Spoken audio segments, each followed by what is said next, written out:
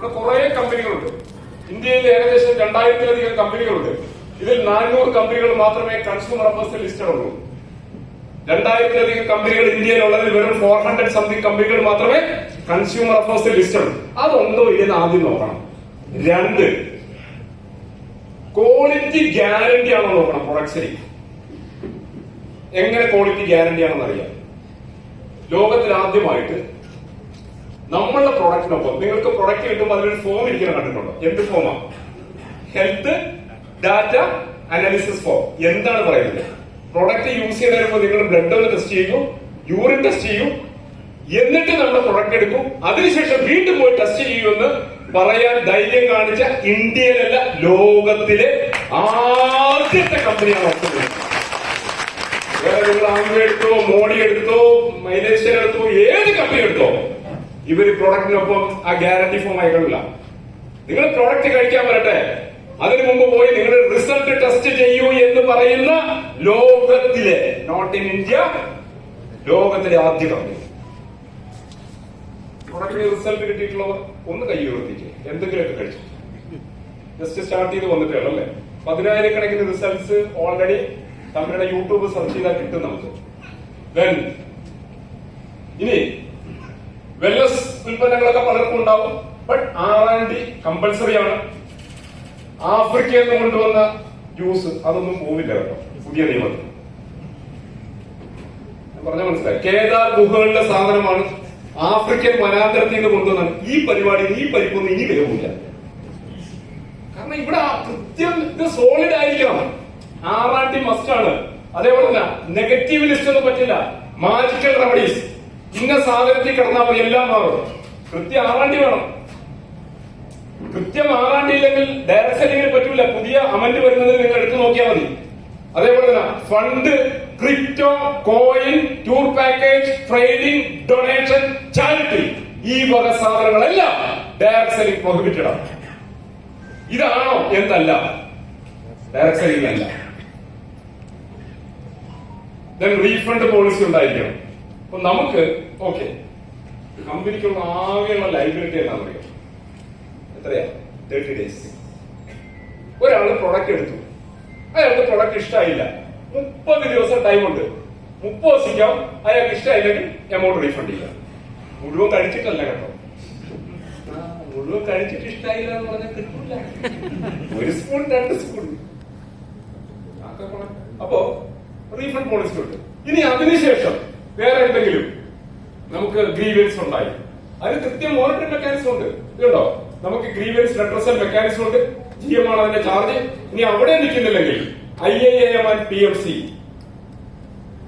നിങ്ങൾ IIAM എന്താന്നുള്ളത് ഗൂഗിളിൽ സെർച്ച് ചെയ്യും. ഇന്ത്യൻ നാഷണൽ ഫ്ലാഗ് മാറിക്കിടക്കുന്ന സ്ഥലമാണ്. IIM-ന്റെ president Anil Xavier sir supreme കോടതി 3-അംഗ കമ്മിറ്റി മെമ്പറൊക്കെയാണ്. മോണിറ്ററിംഗ് മെക്കാനിസത്തിൽ അവരുടെ പേര് നമ്മുടെ വെബ്സൈറ്റിൽ കിടപ്പുണ്ട്. അപ്പൊ നമ്മുടെ കമ്പനിയുടെ ക്രെഡിബിലിറ്റി നിങ്ങൾ ഒന്ന് ആലോചിച്ചാൽ മതി. ഇന്ത്യയിൽ ഒറ്റ കമ്പനിക്കില്ല. പിന്നെ നോഡൽ ഓഫീസർ, അത് പിന്നെ എല്ലാവരുടെയും സ്വത്താണ്. IAS ഓഫീസർ ഒക്കെ. ഈ ഇപ്പോഴത്തെ നോഡൽ ഓഫീസർ ഉണ്ടല്ലോ, നരസിംഹ, നേരത്തെ ഇല്ല, അയാളുടെ ഒരു പ്രസ്താവനയാണ് ഞാൻ ഇനി പറയാൻ പോകുന്ന 2 കാര്യങ്ങൾ. ഞാൻ അയാളെ സല്യൂട്ട് ചെയ്യും. ഞാൻ ആലോചിച്ചു എങ്ങനെ ഡയറക്ട് സെല്ലിംഗ് ഇൻഡസ്ട്രിയിൽ പ്രൊഡക്റ്റിനെ ക്ലാസിഫൈ ചെയ്യുന്നു.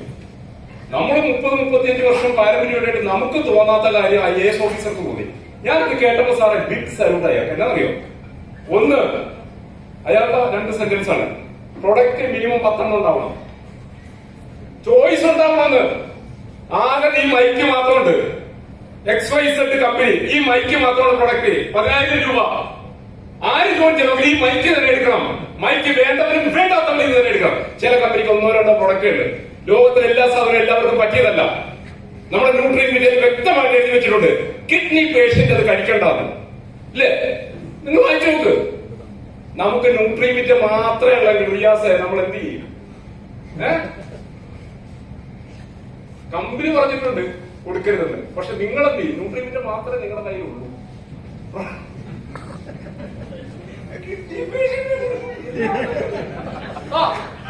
പ്രഷർ ഡിമാൻഡ് പാടില്ല. Only natural demand. സെലക്ട് ചെയ്യാൻ പറ്റുന്നേ. മറ്റേ തത്തം വെച്ച് കുട്ടി നിറഞ്ഞിട്ട് ആ ഒരു ചീട്ട് മാത്രമേ അവിടെ നമ്മൾ പോകും. പിന്നെ എന്തിനാണ് ഡയറക്ട് സെല്ലിങ്ങിൽ പോണത്? ഒരു ചീട്ട് മാത്രം കൊത്തറ തത്താരടിക്കാൻ നമ്മൾ പോകും. പിന്നെ ഡയറക്ട് സെല്ലിങ്ങിൽ ഒരു പ്രൊഡക്റ്റും 2 പ്രൊഡക്റ്റും മാത്രം. അതൊക്കെ പ്രഷർ ഡിമാൻഡ് ആണോ? അവര് പറയുന്ന സാധനം, അവര് കുപ്പിയിലാക്കി വെച്ചിരിക്കുന്ന സാധനം നമുക്ക് ഇഷ്ടമില്ലെങ്കിൽ വാങ്ങേണ്ടി വരുന്നത് പ്രഷർ ഡിമാൻഡാണ്. That's not natural demand. Natural ആയിരിക്കണം. മിനിമം 10. ഞാൻ അയാളെ സല്യൂട്ട് ചെയ്തു.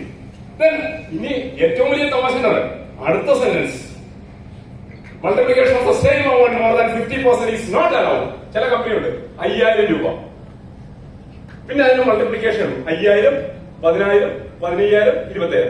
ഒരു വർഷത്തെ കമ്പനിയുടെ ബ്ലാക്ക് ബാലൻസ് ഷീറ്റ് എടുക്കുമ്പോൾ ഏപ്രിൽ 1 മുതൽ അടുത്ത മാർച്ച് 31 വരെയുള്ള ബാലൻസ് ഷീറ്റ് കമ്പനിയുടെ എടുക്കുമ്പോൾ, ഡയറക്ട് സെല്ലിംഗ് കമ്പനികളുടെ ബാലൻസ് ഷീറ്റ് എടുക്കുമ്പോൾ 50%-ലധികം വരുന്ന എമൗണ്ടുകൾ ഒരു എമൗണ്ടോ അതിന്റെ റിപ്ലിക്കേഷനോ ആണെങ്കിൽ നെഗറ്റീവ് ലിസ്റ്റ് വരും.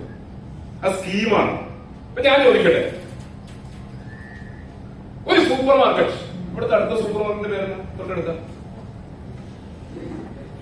എലൈറ്റ് സൂപ്പർ മാർക്കറ്റിൽ ചെന്നിട്ട് നിങ്ങൾ പർച്ചേസ് ചെയ്യുന്നു 500 രൂപ. എഡിസൺ സാർ ചെല്ലുന്നു 500 രൂപ. ഞാൻ ചെല്ലുന്നു. എല്ലാവരും ചെന്നിട്ട് പർച്ചേസ് ചെയ്യുന്ന എമൗണ്ട് 500 ആണ്. അതിനെ പർച്ചേസ് ചെയ്യാൻ പാടുന്നു. അതിൽ കുറവും പാടില്ല, കൂടുതലും പാടില്ല. അത് കച്ചവടമാണോ സ്കീമാണ്? സ്കീമാണ്. ഗവൺമെന്റ് പിടിക്കുന്നത് എങ്ങനെയാണെന്ന് അറിയോ?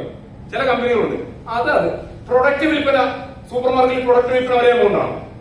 അല്ല, കച്ചവടം എന്ന് പറഞ്ഞാൽ ചിലപ്പോൾ 99 വരും, ചിലപ്പോൾ 10000 വരും, ചിലപ്പോൾ 4000 വരും. ഡിഫറന്റ് ആയിരിക്കണം. മോർ ദാൻ 50% ഒരേ എമൗണ്ട് വന്നാൽ ബ്ലാക്ക് ലിസ്റ്റ് കിട്ടും. സെക്കൻഡ് ഇയറിൽ ആവർത്തിച്ചാൽ ആ കമ്പനിയുടെ എടുത്ത് പറയും.